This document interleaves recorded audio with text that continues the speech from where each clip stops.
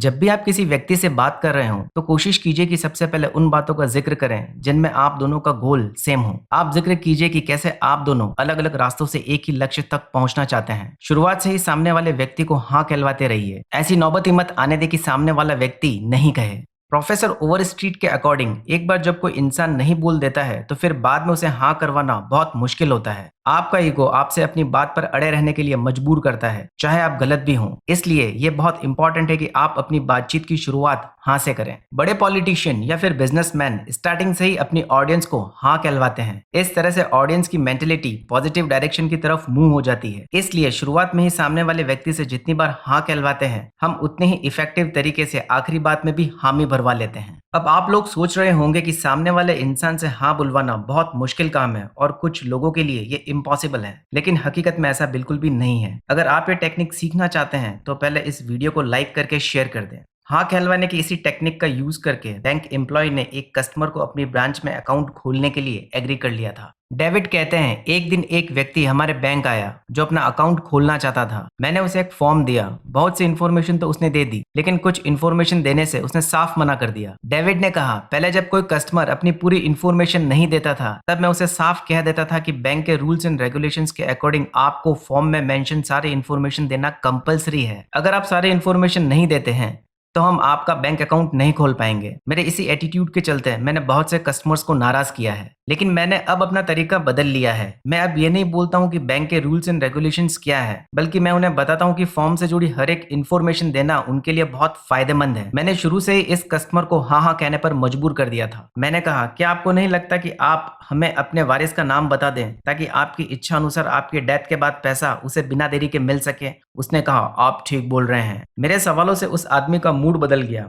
उसे लगा ये सारे इन्फॉर्मेशन बैंक के फायदे के लिए नहीं बल्कि उसके फायदे के लिए है। उसने खुशी खुशी सारे इन्फॉर्मेशन दे दी और मेरे सजेशन पर उसने अपनी मदर के नाम पर भी एक जॉइंट अकाउंट खुलवाया। यही नहीं, उसने अपनी मदर के बारे में पूछे गए सारे सवालों के जवाब भी खुशी खुशी दिए। मैंने ऑब्जर्व किया कि शुरुआत से ही मैंने उसे हाँ हाँ कहने पर मजबूर कर दिया था। इस वजह से उसका माइंड पॉजिटिव डायरेक्शन की तरफ चलने लगा था। वो मेरे सारे सजेशन को एक के बाद एक मानता चला गया। एलिसन एक इलेक्ट्रिक कंपनी में सेल्समैन थे। वो कहते हैं, हमारे इलाके में एक आदमी था जिसे हमारी कंपनी मशीन्स बेचना चाहती थी। मुझसे पहले वाला सेल्समैन पिछले 10 साल से कोशिश कर रहा था। मुझे भी कोशिश करते हुए 3 साल हो चुके थे, लेकिन इतनी कोशिश करने के बावजूद वो हमारी मशीन्स खरीदने को तैयार नहीं था। फाइनली 13 साल की मेहनत और पेशेंस के बाद हम उसे कुछ मशीन्स बेचने में सफल रहे। एलिसन कहते हैं, मुझे अपने प्रोडक्ट्स पर बहुत भरोसा था। मुझे यकीन था उसे हमारी मशीन्स बहुत पसंद आएगी। जब मैं 3 हफ्तों बाद उससे मिलने गया तो उसने मुझे एक शॉकिंग न्यूज दी। उसने कहा, एलिसन, मैं आपकी बाकी मशीन्स नहीं खरीदना चाहता। एलिसन, लेकिन क्यों? उसने कहा, क्योंकि आपकी मशीन्स बहुत गर्म हो जाती है, इस वजह से मैं उन पर हाथ नहीं रख पाता। एलिसन कहते हैं, मुझे पता था बहस करने से कोई फायदा नहीं है, इसलिए मैंने उस पर हाँ हाँ बुलवाने वाली टेक्निक का यूज किया। मैंने कहा, अच्छा मिस्टर स्मिथ, मैं आपकी बात से बिल्कुल एग्री हूँ। अगर हमारी मशीन्स ज्यादा गर्म होती है तो इसे आपको नहीं खरीदना चाहिए। उसने कहा, हाँ आप सही बोल रहे हैं। फिर मैंने कहा, नेशनल इलेक्ट्रिकल मैन्युफैक्चरिंग स्टैंडर्ड के अकॉर्डिंग मशीन का टेम्परेचर रूम के टेम्परेचर से 72 डिग्री फ़ारेनहाइट से ज्यादा नहीं होना चाहिए। क्या मैं सही बोल रहा हूँ? उसने कहा, हाँ, लेकिन आपकी मशीन्स ज्यादा गर्म है। फिर मैंने उससे पूछा, इस रूम का टेम्परेचर कितना है? उसने कहा, 75 डिग्री फ़ारेनहाइट। इस पर मैंने कहा, रूम का टेम्परेचर 75 डिग्री फ़ारेनहाइट है। अगर इसमें मशीन का टेम्परेचर 72 डिग्री फ़ारेनहाइट को जोड़ दें तो टोटल होगा 147 डिग्री फ़ारेनहाइट। अगर आप अपने हाथ को 147 डिग्री फ़ारेनहाइट के गर्म पानी में रखेंगे तो क्या आपका हाथ नहीं जल जाएगा? उसने फिर कहा, हाँ। मैंने कहा, तो क्या ये अच्छा नहीं होगा कि आप मशीन से अपना हाथ दूर रखें? उसने कहा, मुझे लगता है आप सही बोल रहे हैं। इसके बाद उसने अपनी सेक्रेटरी को बुलाया और हमें $35,000 का ऑर्डर दिया।